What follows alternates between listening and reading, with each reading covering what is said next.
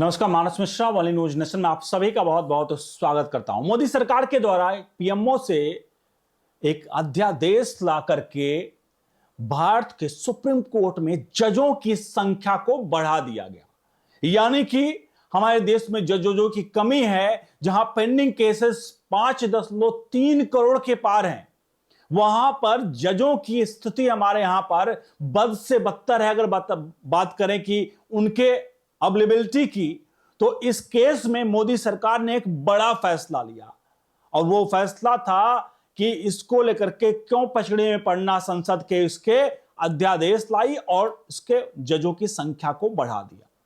ये फैसला जैसे लिया गया, चीफ जस्टिस ऑफ इंडिया ने इस पर मोहर लगा दी।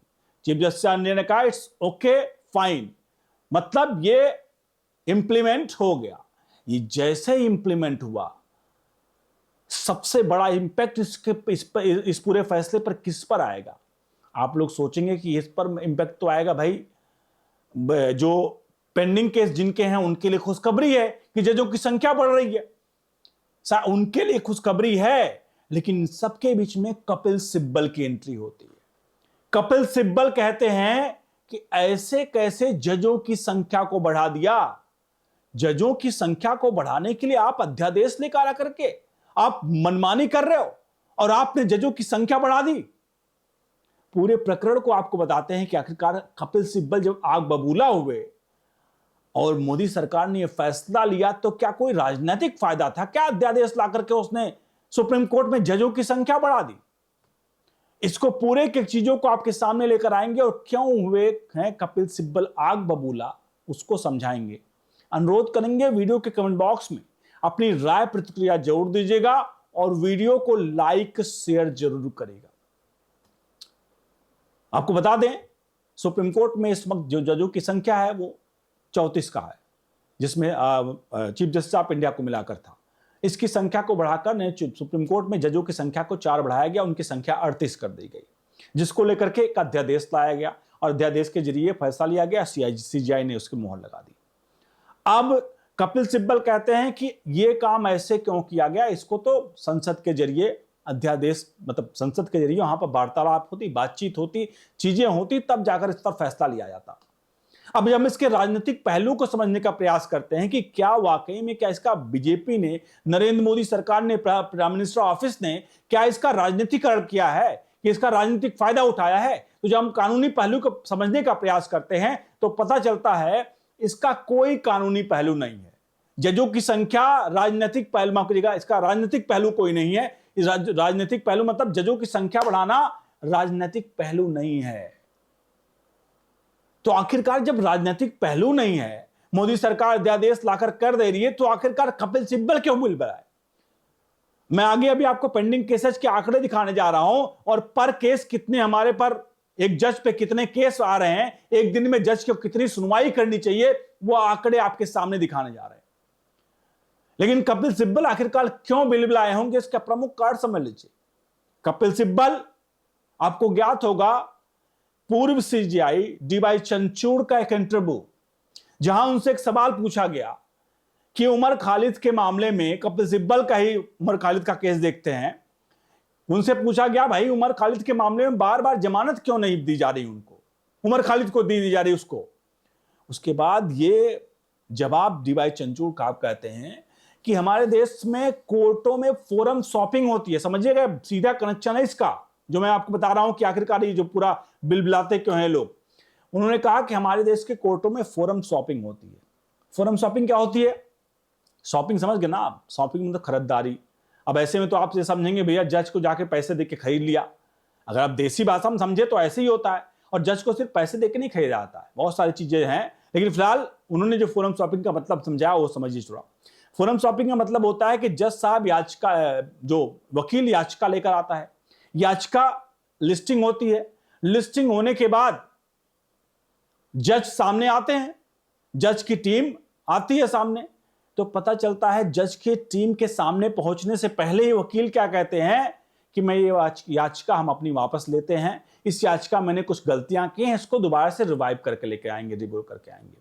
या कोर्ट में पहुंचते हैं, जज साहब के सामने पहुंचते हैं और जैसे ही देखते हैं जज साहब का मूड तो तुरंत ही कहते हैं जज साहब एक काम करते हैं, हम इस पूरे मामले को हम फिर से इसका पिटीशन को डालेंगे, इसको हम याचिका को वापस लेते हैं।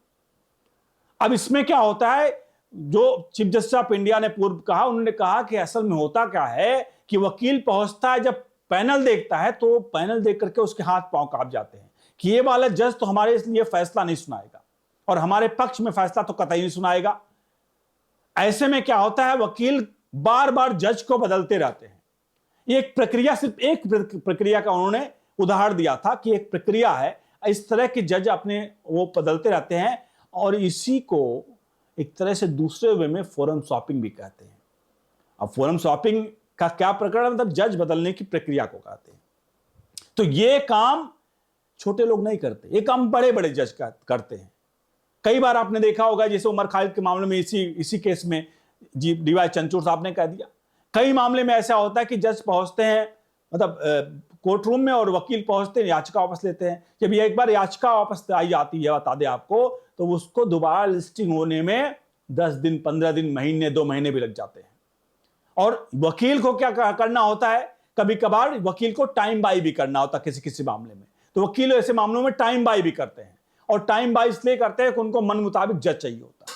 तो इसलिए अगर जजों की संख्या कम होगी तो टाइम बाई करने में आसानी होगी, क्योंकि अगर मान लीजिए सिर्फ 32 जज है सुप्रीम कोर्ट में, तो 32 जजों पे ही हैंडल करना पड़ेगा, टैटल करना पड़ेगा। पता चला जजों की संख्या बड़ी होती है, तो आप समझ सकते हो कि जो एक व्यक्ति है जिसको पता करना है केस में 32 ही लोग हैं, पता चला 100 जज अगर वहां पर बैठ जाएं और यहाँ 32 हैं, और 100 जज के सामने किसके लिए टफ होगा, वकील के लिए टफ होगा, पता नहीं वाला कैसा होगा, वाला कैसा होगा। ऐसे 32 जजों से सेटिंग करनी है, उदाहरण के तौर पर कह रहा हूं। इसलिए सिब्बल साहब बड़ी गुस्से में बौखलाए और कहे ऐसे कैसे हो सकता है भाई, जबकि इसका कोई राजनीतिक पहलू नहीं है।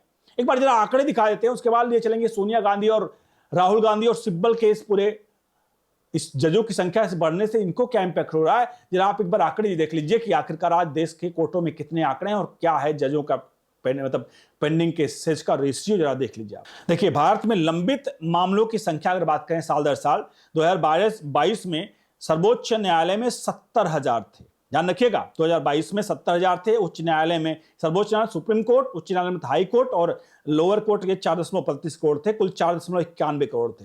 ये 2022 में, 2023 में संख्या सुप्रीम कोर्ट के 80,000 पहुंच गई, और यहां पर उच्च न्यायालय की यानी हाई कोर्ट की 61,000 और लोअर कोर्ट की 4.45 करोड़ यानी 5.7 करोड़। 2024 में आंकड़ा पहुंच जाता है 5.27 करोड़, और 2025 में आंकड़ा पूरे देश भर का पहुंच जाता है 5.32 करोड़। यानी 2025 के आंकड़ों के हिसाब से माने तो अब तक हमारे पास जो पेंडिंग केस है वो 5.32 करोड़ है। अब आते हैं दूसरे चीज पे, जहां भारत के विभिन्न अदालतों में न्यायाधीशों की संख्या कितनी है। फरवरी 2025 के मुताबिक आंकड़े हैं। सर्वोच्च न्यायालय यानी सुप्रीम कोर्ट में कुल 34 संख्या है स्वीकृत पद, जहां 32 ही कार्यरत थे, 2 रिक्तियां थी। 2025 का बता रहा हूं आपको। हाई कोर्ट में, सभी हाई कोर्ट में देश भर के 1122 पद हैं, स्वीकृत पद हैं, जहां सिर्फ 755 जो हैं वर्किंग है और 367 यहां पर रिक्तियां हैं। जिला यानी लोअर कोर्ट में कुल 25,771 जज हैं, 20,479 जो हैं वो कार्यरत है, 5,292 रिक्तियां हैं। यानी कुल मिलाकर 26,927 स्वीकृत पद हैं, 21,266 न्यायाधीश कार्य कर रहे हैं और 5.661 रिक्तियां हैं। अब आ जाते हैं प्रति न्यायाधीश कितने केस हैं। हाँ, सुप्रीम कोर्ट में 83,000 केस हैं, 32 न्यायाधीश यानी एक जज के ऊपर 2594 केस हैं। उच्च न्यायालय की बात करें, हाई कोर्ट में 64 लाख केस हैं, 755 जज हैं। कुल मिलाकर 8,477 केस एक जज साहब के पास में है। और जिला एवं यानी लोकल कोर्ट में और उसमें सत्र अदालत में 4,67 हैं, जिसमें 20,000 के आसपास जो है न्यायाधीश, 20,479। इसमें प्रति जज के लंबित केसेस हैं 2,280।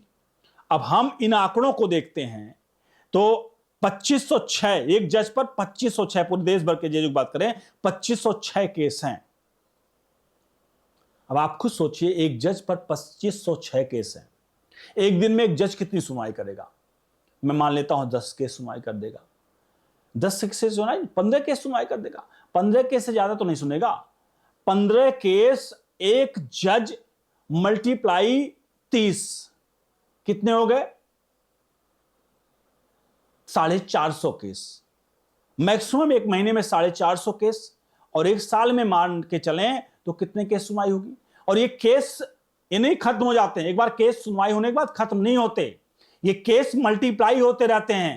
यानी आज की रेट कल पढ़ी, फिर पढ़ी, फिर पढ़ी, तो ये केस मल्टीप्लाई होते रहते हैं, लेकिन जज मल्टीप्लाई नहीं होते, जज वही हैं, जज वही हैं। मैंने एक बार एक केस सुना तो अगली बार भी वो नंबर 1 ही काउंट होगा, लेकिन क्या और इसमें केसेस में क्या होता है कि उसका फैसला नहीं आया तो अगली डेट बढ़ गई, यानी केस पेंडिंग रह गया। ये हालात हमारी न्यायपालिका की, और जब हमारे देश में जजों की संख्या बढ़ाई जा रही है जिसका राजनीतिक पहलू नहीं कोई है, उस पर भी अगर कपिल सिब्बल जैसे लोग सवालिया निशान खड़े करते हैं कि आखिरकार अध्यादेश लाकर केस जब क्यों किया जा रहा है, तो सवाल बड़े खड़े होंगे।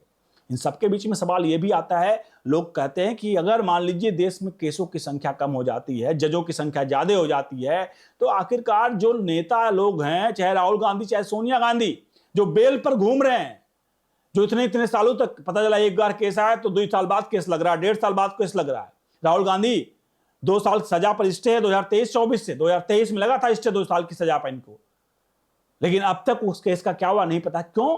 क्योंकि अगर केस में जजों की संख्या ज्यादा हो जाएगी तो अब तक जल्दी जल्दी सुनवाई होगी।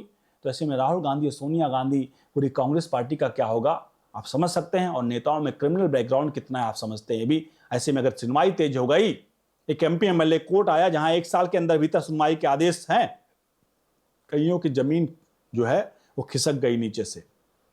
अब आप समझ सकते हैं इस पूरे प्रकरण पर कैसा है मोदी सरकार का फैसला जो CBI ने मोहर लगाई। फिलहाल हमें लगता है कि लोअर कोर्ट में और हाई कोर्ट में भी जजों की संख्या को इस प्रकार से बढ़ाया जाना चाहिए, जिससे कम से कम देश में लंबित मामलों की संख्या, जो आम जनमानस जिसके ऊपर प्रेशर है कोर्ट में, उनका बेचारे मतलब उनकी पूरा पुश्तें चली जाती हैं और केस खत्म नहीं होता है। इस पर क्या आप सोचते हैं, राय जरूर दीजिएगा। बने रहिए न्यूज़ नेशन के साथ। बहुत बहुत धन्यवाद।